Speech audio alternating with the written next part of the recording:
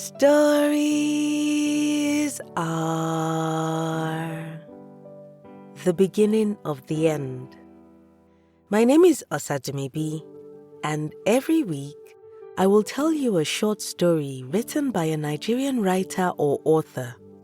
That's the long and short of it. So without much ado, this week's story is by Ogechukwu Samuel, and it's the first part of the story titled The Calling Voice. Listen in next week for the concluding part. The first time I heard someone calling my name was the night we arrived at Mpanuku's house. I went to ask my mom if she was calling me, but she screamed, "Chinekeme, God forbid!" as she circled her hand around her head and snapped her fingers before yelling at me not to answer. It was ill luck to answer strange calling voices. Mom was hesitant about going, but the rest of us could not wait to go. "He is dead now," Dad would say whenever Mom objected to our going. Mpanuku was a rich man in his youth. He never approved of Mom. In fact, from the day after Dad introduced Mom to him till his death, he and Mom never met again. Then, there was that one incident I heard Mom and Dad talking about when they thought I was sleeping. It was about Mpanuku. Although Mpanuku was rich when he died, he did not leave much behind except his old 2-story house, built in the old colonial style with deep-seated balconies, large gaping windows, and the vents at the top. It was a solid rectangular building with a balcony that went all the way around the top floor. It didn't matter that the house oozed with the stillness of old age. I could not help but fall in love with it. The stillness would go with time. Living in the city was tough. Living in a general house was even tougher. But Mpanuku left us this house so that Dad would not complain about paying house rent again. "It is too far from the market," Mom complained. "But there's always light," Dad would counter. "Okay, so how will I now sell my wares?" "You can make one of the rooms your shop now." But Mom would not stop complaining. The house was better than seeing the landlord insult my parents in front of me. It was better than seeing my dad on his knees. So my love for the house was not just in the well-trimmed flower hedges that stood like short sentries on patrol. It was not just in the spacious staircase which ran all the way to the top. It was not just in the realization that for the first time in my life, I was going to have a room to myself. It was in all the things my parents did not say. It was in the peace that came with owning your own house and having no other families in the compound to contend with. Cynthia, my elder sister, fell in love with the building also, but she was more concerned about the boy we left in the other street. His name was Joseph. He had a croaky voice and he was always trying to get me to do things for him. Before we left, I had bluntly refused to call Cynthia for him, and I had almost gotten beaten for it. Joseph worked at one of the tailoring shops which lined the street of our old compound. Cynthia, on the other hand, was supposed to be reading for her WAEC exams. I didn't think they fitted each other. I had always imagined Cynthia as a rich woman getting married to an even richer man. It was because of the stories I had read from Dad's old collection of books. The only other person who did not share our enthusiasm for the new place was the youngest in our family, Uchenna. He missed his friend dearly, and they were just getting along. That night, with all the unpacking and excitement running through my veins, I noticed his glum look. "Don't worry," I said. "You will make more friends here. He shook his head. At 5, he was already pretty adamant about the things he felt strongly about. "No, brother," he said. "He will not let us." "Who?" Uchenna started singing, ignoring me. He seemed to have forgotten his comment. I felt the pounding beneath my chest and my body shivered involuntarily. About that time, I heard what sounded like the rhythmic thump of a walking stick on the stairs, with heavy footfalls accompanying it.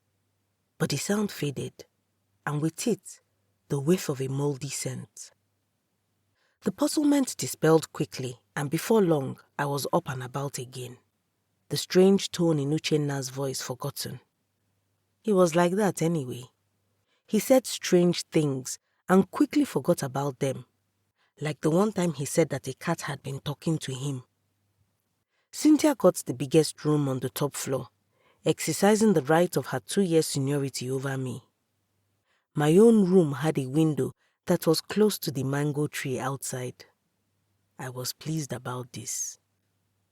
From my window, I could reach out to touch the branches. I only had to wait for the fruits to ripen, and I would be able to pluck mangoes right from my windowsill. I had barely settled down before Uchenna ran back into my room. "Tell him to stop chasing me," he said. "What? Who?" I asked, as my eyes followed his pointed finger to the empty doorway.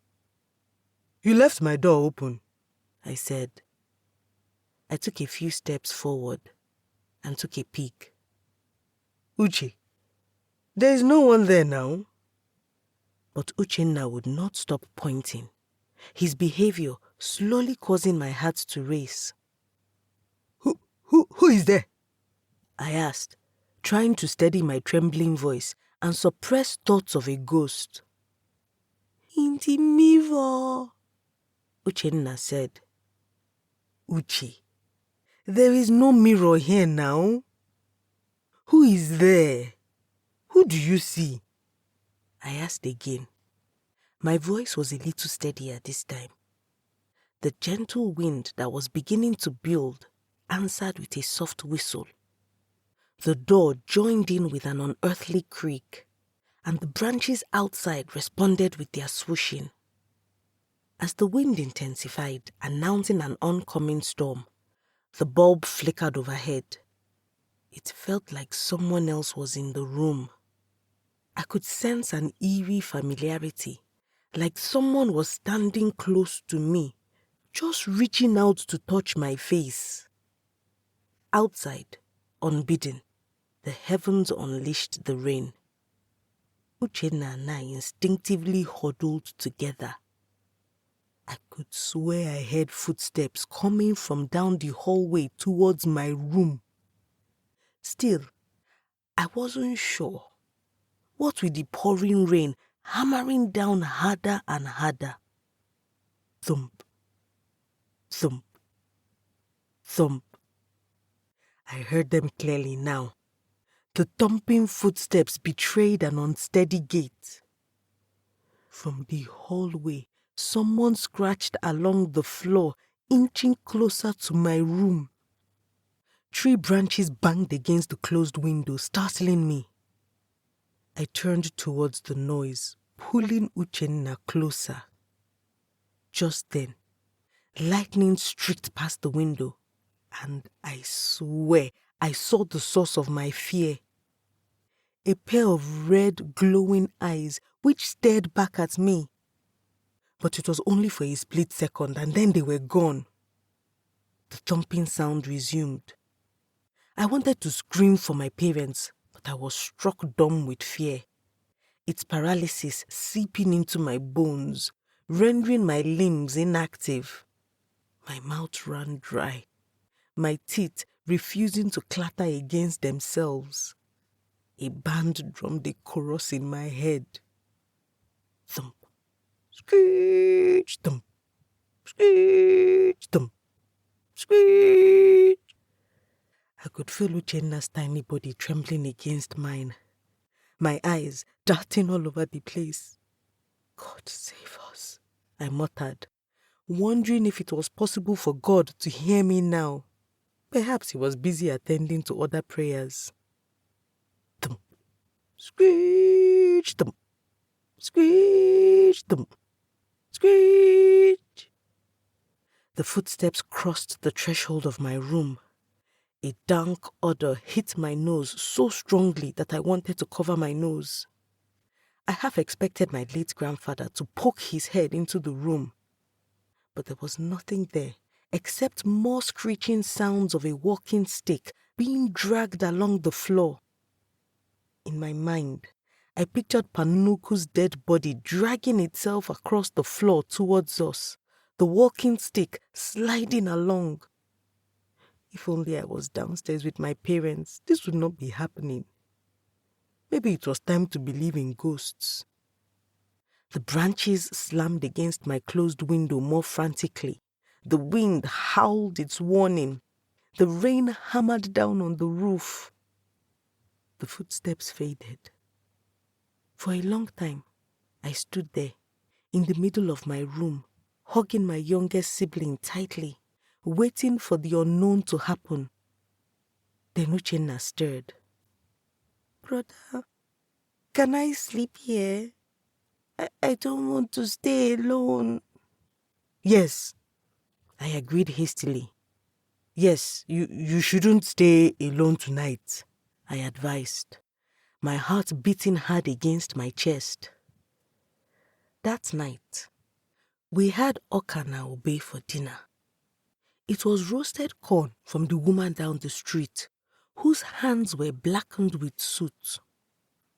Before we went to bed, we had had our customary family nighttime prayers. Among other things, Mom prayed against Panunuku's past and his worship of idols. Her feelings about Mpanuku were clear from the tone of her voice. He was the sin to our righteousness, the darkness to our light.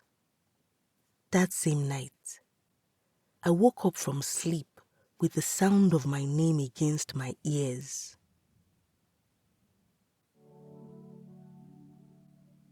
Ogechukwu Samuel is a writer who resides in Nigeria. He is a freelance ghostwriter who has worked on several projects.